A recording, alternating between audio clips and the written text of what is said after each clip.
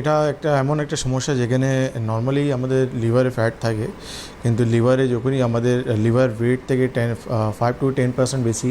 Fat accumulate হতে আরম্ভ করে, তখন আমরা বলি এটা ফ্যাটি লিভার একটা রোগ হয়ে গেছে।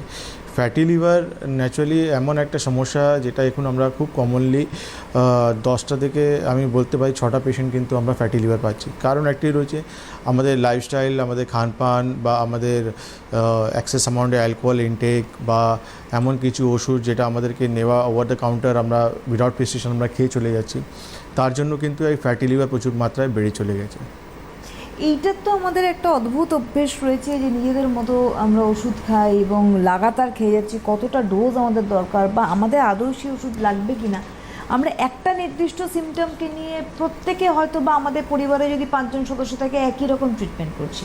তার মানে এটা আমার লিভারে প্রেশার পড়ছে। 100% আমরা এখন আমাদের সোসাইটিতে এটা এখন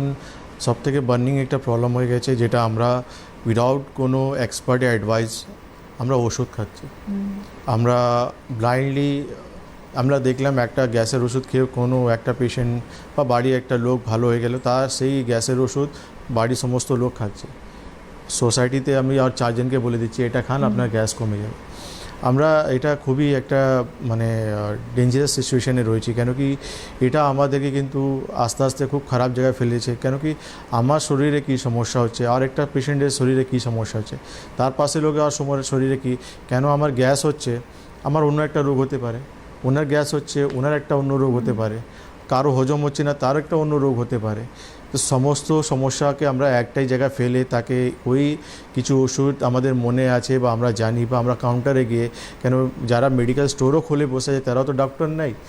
তারা ওষুধ জানে যে এই ডক্টর এই ওষুধ লিখে দিয়েছে, এই ওষুধ আমাকে দিতে হবে, তার ডোজ কী আছে তা জানে, কিন্তু অ্যাকচুয়াল রোগ কী হয়েছে সেটা একমাত্র ডক্টরই ধরতে পারবে। তো সেই জন্য আপনি কাউন্টারে যখন গিয়ে বলছেন আমার গ্যাস হয়ে গেছে, উনিও কিন্তু সেই র্যান্ট্যাগ পেন40 বা এইরকম কিছু ওষুধ আপনাকে বার করে দিচ্ছে, সেটা আপনি কিন্তু কন্টিনিউসলি খেয়ে চলে যাচ্ছেন। আর এটা কিন্তু আলটিমেটলি কী হচ্ছে, এটা আপনার যে শরীর আছে, শরীরের ভিতরে যে অর্গানস আছে সেটা কিন্তু সাফার করছে, তারা কিন্তু সাফার করছে, কেন সিমটমস তো সাপ্রেস হয়ে যাচ্ছে, রোগটা কিন্তু সেই জায়গায় কিন্তু রয়ে যাচ্ছে, সেই জায়গায় কিন্তু